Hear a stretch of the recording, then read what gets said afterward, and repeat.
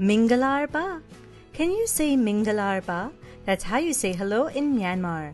Welcome to Little Star Cafe, facts that are fast, fun, and keep you happy. Today is Friday, September 8th, 2017, and here are today's matters for chatter. Number 1. The UN's Children's Agency has stated that there has been nearly zero progress in handling the lack of access to schools in many of the world's poorest countries.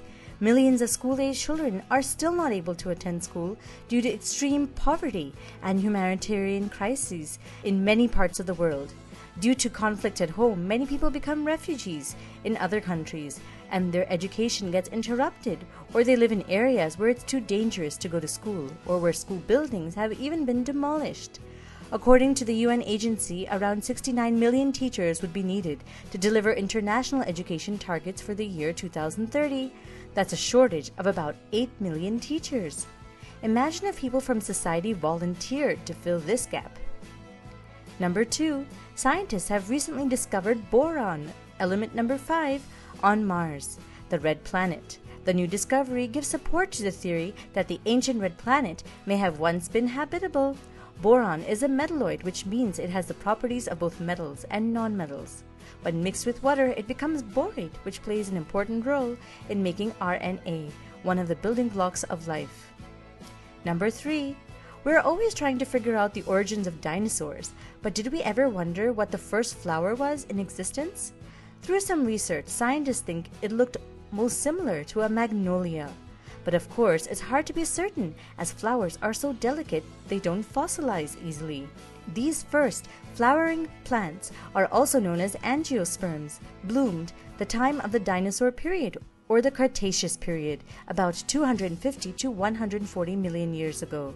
And their survival and evolution was so strong that they make up 90% of all plant species today, even outnumbering seed plants like conifers that were there much before flowers came to Earth.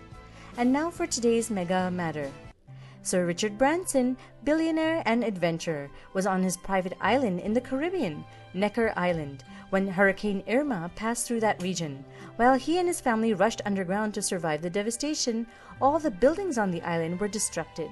Sometimes, because of power or money, we assume some people can withstand anything, and sure, they may have an advantage, but situations like these are reality checks, that all men and women are created equal and equally unique.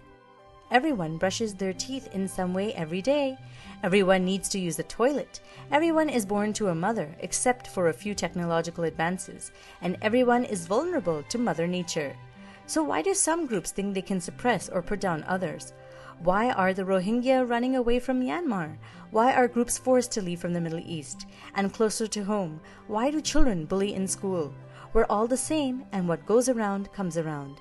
In times of chaos like in Irma or Harvey, or even the floods in India, remember to lend a helping hand. You will get more satisfaction than those you have helped. Today's word of the day is mutation. That's a change in appearance or in chemical composition. And finally, for today's quote of the day, you have to be odd to be number 1. That's a quote by Dr. Seuss. Thank you for listening, and do send us your questions and comments via WhatsApp, or you can email us at diptyanti@gmail.com. Take care, lots of love, Dipti Aunty. Twinkle, twinkle, little star, do you know how loved you are?